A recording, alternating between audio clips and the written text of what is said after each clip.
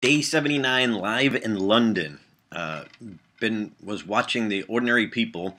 This is interesting because I could not find any of the ones listed of the movies that I'm supposed to study based on Sid's book.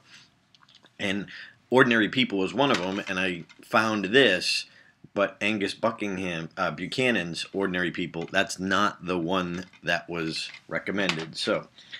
But what's fascinating and interesting is this one is actually about the gentleman who, Faith Like Potatoes, is a Christian movie, and it's actually about him, a true story, and the advance of the story. Anyway, what's also fascinating is that it has an interesting structure. It starts out in Zambia in 1963, and again, this is based on true events. And it starts off in a rugby game when he's little, and he said that he used to go and sit on an anthill and talk to God and dream of speaking to thousands of people. And part of me is like, yeah, you know what? I was supposed to watch this movie. We'll get to that later on, but it was kind of meant to be that I found that one, which was fascinating. Anyway.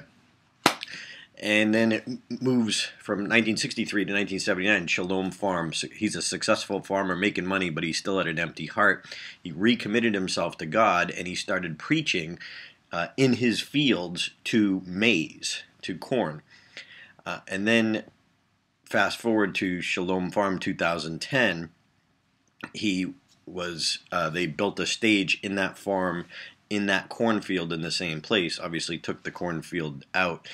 And he's at his Mighty Men conference, Christian conference for men. And then 7 minutes, so that's 6 minutes into it. So we cover a lot of ground in 6 minutes, which it's cool how movies do that we're really not aware what a short distance of time it takes. A big lesson for speakers as well to be that concise and tell the important part of the story, but make it interesting.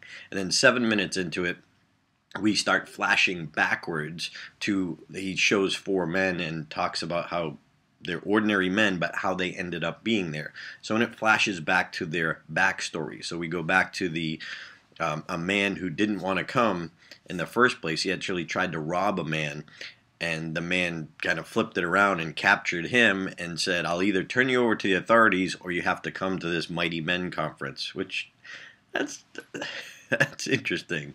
Then we go to the backstory of the next man who is an alcoholic mechanic, and we go to the backstory of a next young man who is a smoking teenager in trouble.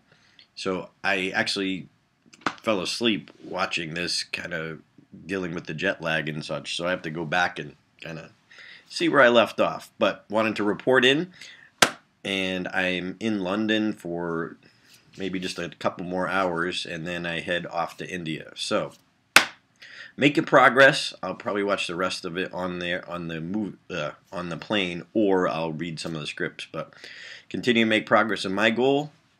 Hope you are too. See you soon. Stage time.